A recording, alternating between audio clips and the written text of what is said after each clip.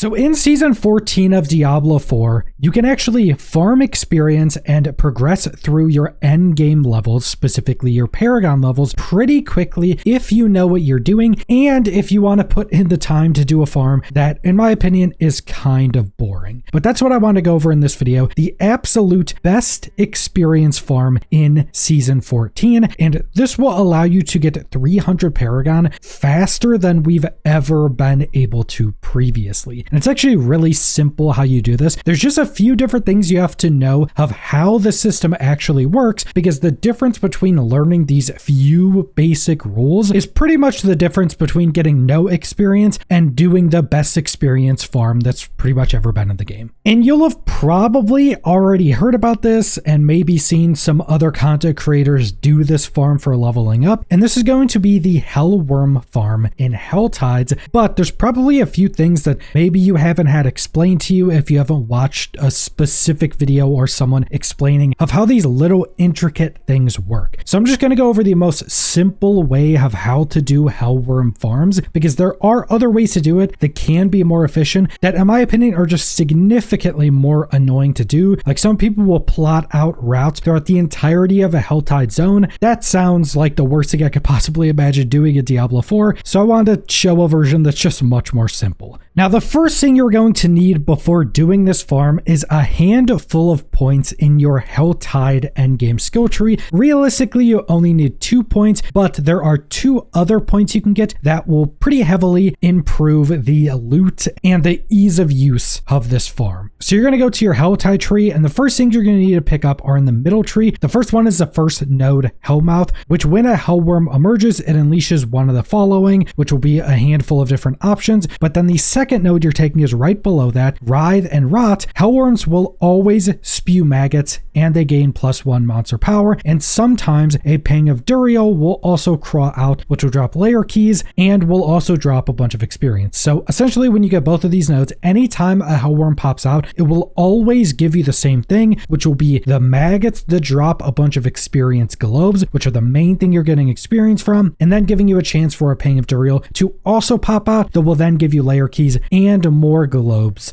of experience. Now, the third point you could take that makes this farm just a little easier is on the right side of the tree. It's called Wretched Vermin. Demonic rats will frequently attack you in Helltides. Now, at a baseline, this will help with one of the things you need to do while doing this farm, but a second thing that I don't think a lot of people know of that was kind of figured out at the end of the previous season is that these rats will only spawn in when you're in the general area of a Hellworm spawn. Because if you don't know, Hellworm spawns aren't completely random. For the past season or even couple of seasons, people have been plotting out the Hellworm spawn locations. So this will actually help you learn Hellworm spawns more easily, because when these rats spawn in, you know you're within a general area of a possible Hellworm spawn. Now, this doesn't mean the Hellworm will spawn. This just means you are within a certain radius of where one can spawn. So this is just a little bit of ease of use, and these Hellworms will also help you get your threat meter up, which, as we'll get into, is actually one of the really important parts of this farm. Now, the fourth node that can help and give more loot while doing this farm is at the bottom of the middle tree, which is a Bursting Brood. Maggots and Pangs of Duriel explode when killed and will often drop boss trophies. Now, this essentially just makes them drop a ton of boss trophies, which boss trophies are the things you use in the cube. You turn 5 into a random unique from that boss, so if you're still looking for certain uniques, this can actually help quite a bit with that. This is the least important one out of any of these nodes, but it will give you quite a lot of boss trophy drops on top of everything else. Now, after you have those prerequisites, you are good to just go to Helltides and start farming. But there's a few rules and things you need to know about this farm. First off, the higher your threat level when you're in a Helltide, the higher chance it is for a Hellworm to spawn. Now, I don't know if there's diminishing returns with this, because there's some things that can't really fully be tested, but it is very clear that when you have higher threat levels, you just constantly get the Hellworms to spawn in their location locations. Now, I think the best thing you could do for this farm is to get, let's say, halfway through your threat meter, so like 50% in, and then go run around and search for the hellworms. Now, the best way to get up your threat is just to kill a ton of stuff, which is one of the reasons why it's so easy to do this farm in this season specifically, because you have the ruptures everywhere that just constantly spawn in enemies and constantly spawn in elites. So just go find a rupture and just farm enemies there until you're like 50% into the threat level. It should take like maybe one rupture and you'll probably get there pretty easily. So that's another reason why season 14, I think, is the absolute best this has ever been. So once you've gotten your, let's say, 50% threat level, you are then going to just run around and search for hellworms. Now, aimlessly running around searching for hellworms isn't necessarily the best, and this is where I would recommend using some external information. Now, there are maps out there where people looked and found all of the hellworm spawns or the general areas of them, and you can go find all those maps. The easiest way to do this is to go to helltides.com. This has all of the timers and things for all the different world bosses or hell tides or all the other open world events of Diablo 4, but this will also have an interactive map that shows all of the hellworm locations. You can also turn on or off any of the filters on this website when you're looking at the map. So you can turn everything off and just have hellworms turned on, and you can very easily just go find all of the hellworm spawns on this. Now keep in mind, these hellworm spawn locations aren't the exact spot that a hellworm will spawn. It's a general area. The hellworm spawn location for one of these worms can actually be in multiple different areas in that general location, but if you just go to the general location and just ride around on your mount generally around there, if a hellworm will spawn there, it will spawn there for you, as long as you have at least a decent threat level and that hellworm is ready to spawn. Now, in my opinion, and as you'll see from the footage, the most simple way to do this farm and still have it be decently efficient is to find an area 4 or 5 hellworm spawns that are in a small-ish radius and just do a cycle of those 4 or 5 hellworm spawn locations, because it seems based upon community testing that these hellworms actually only have like a 10-second respawn. Now, this doesn't mean that you go kill a hellworm at a spot and 10 seconds goes by and you go back again, it'll spawn. There seems to be some amount of randomness based upon your threat level and just seemingly based upon RNG, where even though a hellworm could spawn at that location and isn't on like a cooldown or anything, that it won't always spawn there. So that's why I say get a decent area that has like 4 or 5 or maybe even a little more hellworm spawn locations in a general small area, and then just hit all of those locations back to back to back. And then once you've hit those all, just go back to the first one. And if a hellworm isn't spawning, maybe stop and kill a few things or just go to the next one, because what can also happen is, say there's 5 hellworm locations you're farming, you go hit all of those locations and you go back to the first one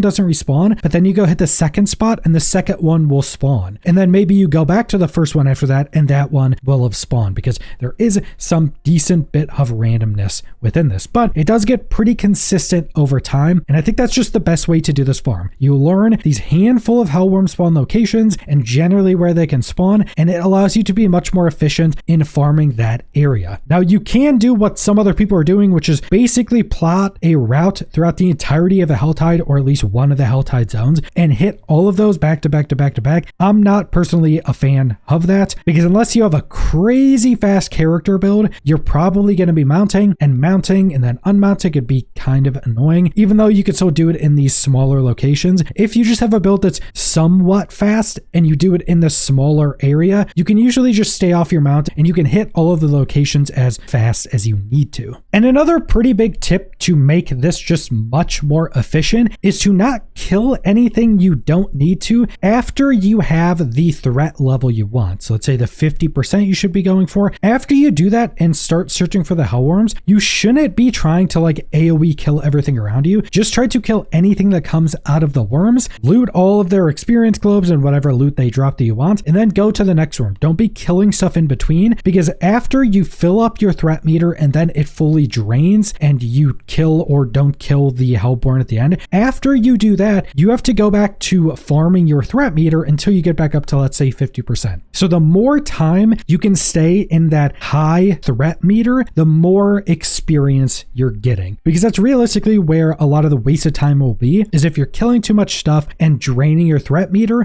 and then you have to go refill it. That can be a lot more or a lot less downtime if you're just not killing a ton of things when you're searching for the worms themselves. Now, the final thing you need to know is how the experience of these experience globes actually works. And there's really only one thing you need to worry about when doing this, and that's your torment levels. The amount of experience you get from these orbs that drop is based upon your torment level. Basically nothing else that can improve the experience. Now, there is some amount of scaling depending on what paragon level you actually are. So as you're going up through the paragon levels, it will give you a bit more experience with every paragon level, but that caps out at some point. I think it caps out around 200 paragon, maybe a little bit less, to right under 1.8 million experience. And that's if you're in Torment 12. And no other experience boosts will affect this, so you don't have to worry about going and getting the experience well from like a Forgotten Wisdom Nightmare dungeon. All you have to do is make sure you're on the highest torment level that you can effectively do with your character and your build, and that's basically all you have to worry about. Once you get stronger, up the torment tier until you're in Torment 12, and then you'll be getting the most amount of experience you can. But that is the entirety of the Hellworm farm. This should give you the most simple way to do this farm while still being effective, and this should give you pretty much all the information you need to know on how this farm actually works, because I think a lot of people have been confused at some of the parts of this. But that's all I want to go over, so thanks for watching.